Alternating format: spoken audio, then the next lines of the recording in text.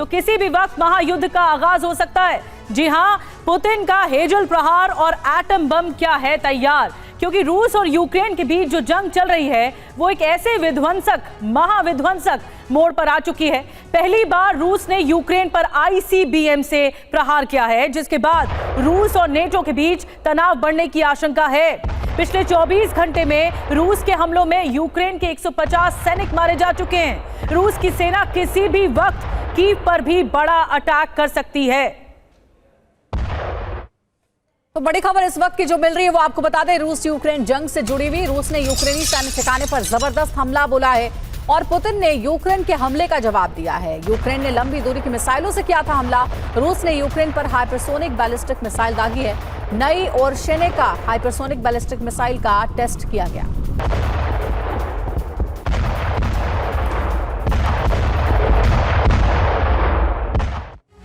तो हाइपरसोनिक मिसाइलों का इस्तेमाल किया गया। ये पहली बार है कि ये युद्ध बहुत ज्यादा विध्वंसक हो गया। अब कीव समेत पूरे यूक्रेन में हमले का अलर्ट जारी किया गया है। कीव में लगातार बज रहा है अलर्ट सायरन। आज कीव में बड़े हमले की आशंका है। RS-26 मिसाइलों से हमला कर सकता है रूस अस्ताखान प्रांत से हमला कर सकता है।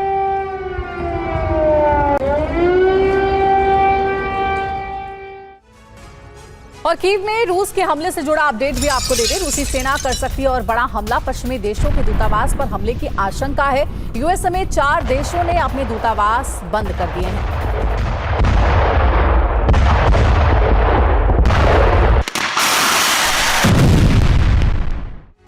और एक और बड़ी खबर, कुर्स्क में रूस का विध्वंसक अटैक हुआ है। रूसी हमले में यूक्रेनी सेना का संघार। 24 घंटे में यूक्रेन के 150 सैनिक मारे गए।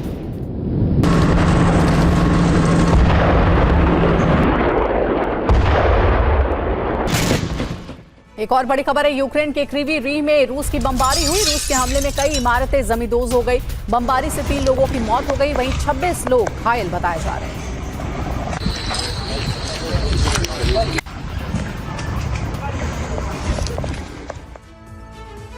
और एक और बड़ी खबर ये कि हाइपरसोनिक मिसाइल हमले पर पुतिन का बयान दिया गया है। हमने यूक्रेन के हमले का जवाब दिया है। यूक्रेन के सैन्य औद्योगिक ठिकाने पर हमला किया गया है।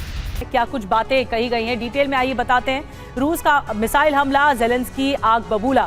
जी हां, रूस ने दिखा दिया कि वो डरा हुआ है। ये ज़ेलेंस्की ने कहा है, हम आत्मरक्षा के लिए, सेल्फ डिफेंस के लिए सभी कदम उठाएंगे। लंबी दूरी के हथियारों से हमले का अधिकार हमारे पास है।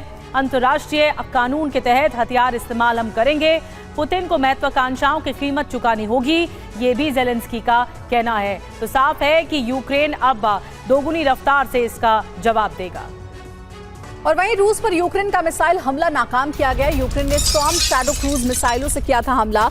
रूसी एयर डिफेंस सिस्टम ने मिसाइलें मार गिराई हैं। ब्रिटेन निर्मित है स्टॉर्म शैडो क्रूज मिसाइल।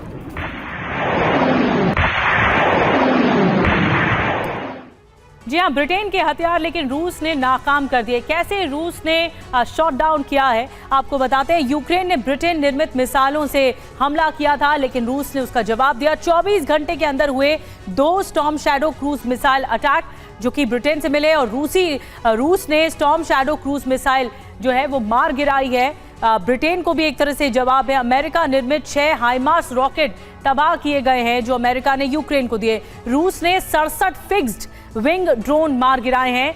यह भी एक बड़ा कदम रूस की ओर से उठाया गया है।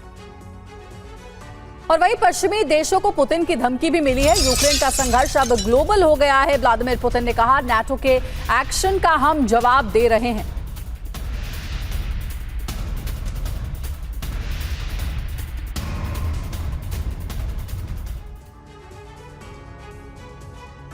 तो नए दौर में रूस यूक्रेन जंग पहुंच चुकी है। आगे क्या बड़ा विध्वंस होगा? यूक्रेन के लंबी दूरी की मिसाइलों के इस्तेमाल से रूस भड़का हुआ है। नेटो देशों के डायरेक्ट एंट्री की बात कही गई है। यूक्रेन युद्ध में नेटो देश सीधे तौर पर शामिल है, ये रूस का कहना है। साथ ही फ्रांस ब्रिटेन के समर्थन से अमेरिका ने हमले की अनुमति दी, ये भी जानकारी मिल रही है। और हद से ज्यादा बढ़े तो परमाणु हथियारों का इस्तेमाल करेंगे, रूस ने यह भी कहा। और इस बीच एक और अहम खबर है, महायुद्ध की तैयारी में जुटा है नाटो। और जर्मनी के सीक्रेट दस्तावेज से बड़ा खुलासा हुआ है। 1000 पन्नों के सीक्रेट डॉक्यूमेंट से खुलासा, रूस के खिलाफ महायुद्ध में उतरेगा नाटो।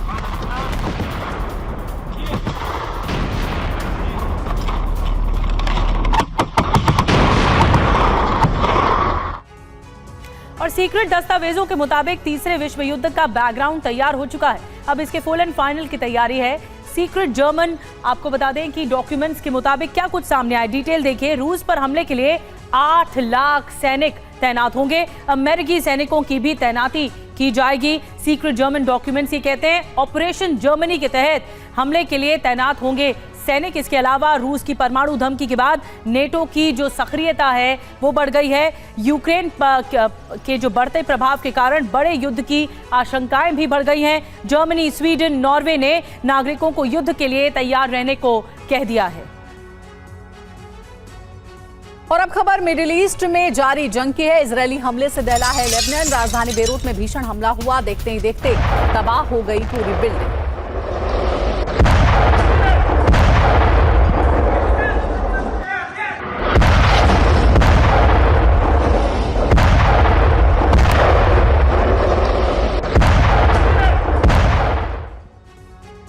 और एक और बड़ी खबर, इजरायली हमले में पूरी तरह से तबाह हुई एक बिल्डिंग। रिहायशी इलाके को निशाना दरअसल बनाया गया था और हमले के बाद बिल्डिंग से भीषण चिंगारी भी निकलती हुई दिख रही है।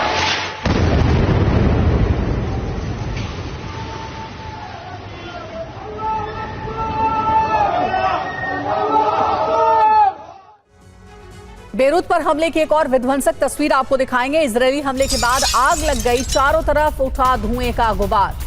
देखिए, जोरदार हमला हुआ और धमाके के बाद कैसे चारों तरफ आग लग गई है, धुएं का गुबार उठ रहा है। कई इमारतें धराशायी हो गई इस हमले में।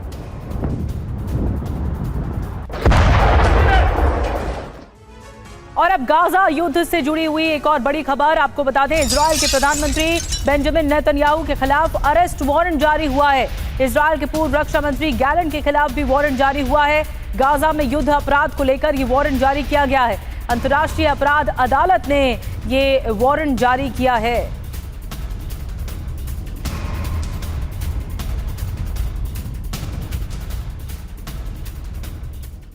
दुनिया में कई मोर्चों पर जारी जंग के बीच पीएम मोदी ने एक बार फिर से भारत का स्टैंड रखा है। पीएम मोदी ने गयाना में संसद के विशेष सत्र को संबोधित करते हुए कहा है कि ये समय टकराव का नहीं है, ये समय टकराव की वजह पहचानने और उसे दूर करने का है। सुनिए गयाना से पूरे विश्व के लिए प्रधानमंत्री का ये शांति संदेश।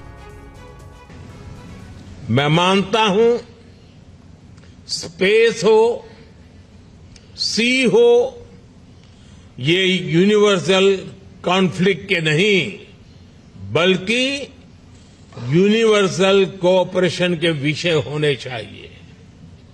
दुनिया के लिए भी ये समय कॉन्फ्लिक्ट का नहीं है, ये समय कॉन्फ्लिक्ट पैदा करने वाली कंडीशंस को पहचानने और उनको दूर करने का है।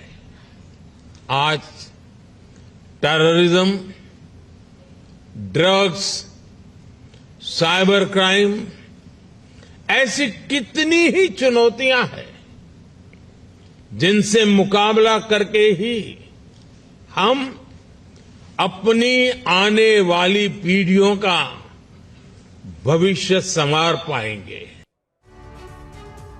और आपको बता दें कि गयाना में ही प्रधानमंत्री मोदी ने प्रवासी भारतीयों को संबोधित किया। प्रधानमंत्री मोदी के भाषण की शुरुआत जय श्री राम से हुई और इस मौके पर उन्होंने प्रवासी भारतीयों को महाकुंभ में आने का न्योता भी दिया है।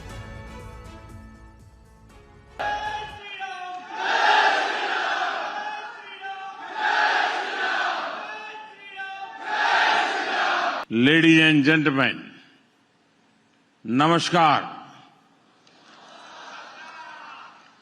Sitaram.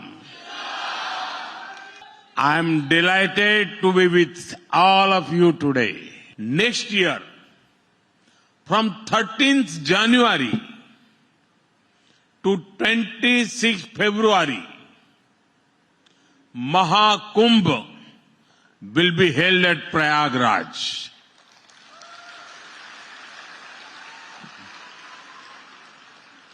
I invite you all to attend this gathering with families and friends.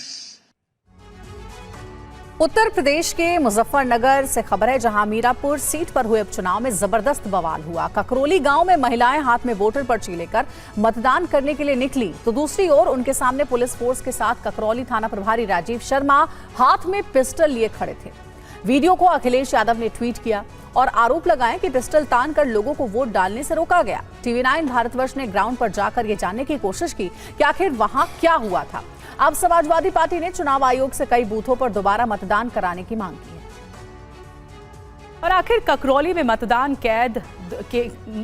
केंद्र के दौरान पिस्टल कांड का सच क्या है, देखिए जितेंद्र भाटी की ये ग्राउंड रिपोर्ट। वीडियो में दिख रहा है कि यहाँ पर जो यहाँ के एसओ हैं वो यहाँ पर ललकार रहे हैं और आगे की तरफ किसी को कुछ कह रहे हैं, और उनकी जो बहस है वो एक यहाँ पर महिला से हो रही है। वो महिला हमारे साथ मौजूद हैं। जिन्होंने अपना नाम बताएं। तोहिबा। तोहिबा जी, आप ही की यहाँ बहस हुई थी? जी मेरी हुई थी। थोड़ा बताइए सब देखिए कि क्या हुआ था, पूरी बात बताइए। जी ऐसा हुआ था, जैसा हमारा जेठ वो मोहल्ले में ही जेठ का लड़का जेठ हमारा वोट डालने गए थे, तो जिस टाइम वे वोट डालने गए तो वहाँ से डंडा जारी कर दिया उन्होंने। तो वे आको यहाँ से उन्होंने 10-5 आदमी सड़क पर इकट्ठे करे, तो फिर यहाँ से जैसा सड़क करे तो पुलिस की गाड़ी आ गई, तो पुलिस वालों ने उतर तो ही गाड़ी में से टंडा जारी कर दिया पब्लिक को। तो जिस टाइम टंडा जारी कर दिया तो वे हम वोट डालने जा रहे थे, तो वे इधर उधर चले गए आदमी जो पब्लिक थी यहाँ से। तो फिर जब हम जा रहे थे तो आगे पुलिस वाले आ गए, हमारे से अड़ गए, कहने कहाँ जा रही तुम? मैं कहा हम वोट डालने जा रहे। नुको नहीं वोट नहीं डालने की। ये बोला आपको? ये बोला। मैं कहा क्यों नहीं डालने की? नुको नहीं वोट नहीं डालने की। मैं कहा हम वोट डाल कर आएंगे। नुको मैं गोली मार दूंगा। तो उन्होंने एक हाथ में तो आधा इंटी का उठाया और एक पिस्तौल उन्होंने जेब में से निकाल तो ही पिस्तौल कहने लगा मैं गोली मार दूंगा। मैंने कहा तुम गोली नहीं मार सकते, तुम आधार इतना नहीं है जो तुम गोली मार दे। ये तमाम लोग हैं जो कि इस गली में रहते हैं, और वो जो हम आपको वीडियो दिखा रहे हैं वो यही की है। जो एसओ हैं वो यहाँ पर बंदूक ताने दिख रहे हैं, उधर किसी को कुछ ललकार भी रहे। इस दौरान ये महिलाएं जो हैं इधर वोट डालने आती हैं, हाथ में पर्ची, तमाम जो दस्तावेज चाहिए होते हैं वोट डालने के लिए वो उनके पास मौजूद है। लेकिन इनका कहना यही है कि इनको वोट नहीं डालने दिया गया। ना सिर्फ इनको बल्कि बहुत सारे लोगों को यहाँ पर वोट नहीं दिया गया, वोट डालने से वंचित किया गया। और साथ में ये भी कहा कि पथराव इनकी तरफ से बिल्कुल नहीं किया गया, बल्कि पुलिस ने ही यहाँ पर बल प्रयोग किया, जिससे काफी लोगों को चोटें भी आई हैं। आपने ग्राउंड रिपोर्ट देखी, पिस्टल के सामने खड़ी महिला के आरोप भी सुने, लेकिन इस पूरे वाकये पर मुजफ्फरनगर पुलिस का क्या कहना है, अब ये भी सुनिए। कि ककरौली कस्बे में एक ये सूचना आई थी कि दो पक्षों के बीच में झड़प हो गई है। जब पुलिस वहां पर मौके पे पहुंची तो वहां पे लोगों ने रोड जाम करने का पहले प्रयास किया, और फिर जब पुलिस ने उनको वहां से हटाया तो लोगों ने पुलिस के ऊपर पथराव कर दिया, जिसके बाद पुलिस ने सूक्ष्म बल प्रयोग करके स्थिति को नियंत्रण में किया। परंतु जब ये वीडियो बनाई गई है तो उस समय उपद्रवी वहां से भाग गए थे, उन्होंने महिलाओं को आगे कर दिया था। इसलिए पूर्ण सत्य ये है कि पुलिस द्वारा वहां पर नियमों का पालन करते हुए चुनाव के दिन कानून व्यवस्था की स्थिति को सामान्य रखने के लिए पूर्ण कार्रवाई की है। इस प्रकरण में जिनके द्वारा भी पथराव किया गया है या उपद्रव किया गया था, उनके विरुद्ध FIR पंजीकृत कर कठोर वैधानिक कार्रवाई की जाएगी। और मीरापुर उपचुनाव के दौरान आखिर क्या हुआ था, आपको पूरा डिटेल में जानकारी देते हैं। वोटिंग के दौरान दरअसल ककरौली गांव में बवाल मच गया। ककरौली गांव में महिला पर एसओ ने पिस्टल तानी, और पिस्टल वाला जो वीडियो है वो अखिलेश यादव ने ट्वीट भी किया था। अखिलेश यादव ने आरोप लगाया कि लोगों को वोट डालने से रोका जा रहा है। महिला ने भी आरोप लगाया कि वोट डालने से पुलिस ने उन्हें रोका। पुलिस दावा ये कर रही है कि दो पक्षों में झड़प की सूचना मिली थी। झगड़ा शांत करने जब वो पहुंचे तो पिस्टल तक लहराई गई। मेडिकल रिपोर्ट में भी एसओ को चोट लगने की बात सामने आ रही है। इन सबके बीच अखिलेश यादव ने आरोप लगाया है कि बीजेपी ने प्रशासन के जरिए लोगों को वोट डालने से रोका है। बीजेपी वोट की लूट के जरिए चुनाव जीतना चाहती है। भारतीय जनता पार्टी ने वोट की लूट की। वो हर चुनाव खोट से जीतना चाहते हैं। हर चुनाव में कुछ न कुछ लूट तंत्र अपनाते हैं। कोई कल्पना कर सकता है कि पुलिस, प्रशासन, सरकार जिसकी जिम्मेदारी ये होती है कि वोट ज़्यादा पड़े, और आप सब जानते होंगे जब कभी चुनाव होता है इलेक्शन कमीशन ये कोशिश करता है कि ज़्यादा से ज़्यादा वोट निकले, ज़्यादा से ज़्यादा लोग वोट डाल करके जाएं। पहली बार आपने देखा होगा कोई चैनल ऐसा नहीं है जिसने अपने कैमरे के माध्यम से ये ना देखा हो कि पुलिस प्रशासन और अधिकारी सब लगे हुए थे कि वोट ना निकल पाए। क्या आप सोच सकते हैं कि मुसलमान अगर आप हैं, आप वोट डालने नहीं जा सकते? आप समाजवादी पार्टी के पिछड़े हैं तो वोट डालने नहीं जा सकते। समाजवादी पार्टी के आप दलित हैं तो वोट डालने नहीं जा सकते हैं। आदिवासी अगर आप हैं तो वोट डालने नहीं जा सकते हैं। महिलाएं हैं अगर आप, तो आप वोट डालने नहीं जा सकते हो। ये नए तरह का जो लोकतंत्र है, ये सबसे बड़ा खतरा पैदा हुआ है बीजेपी की सरकार में।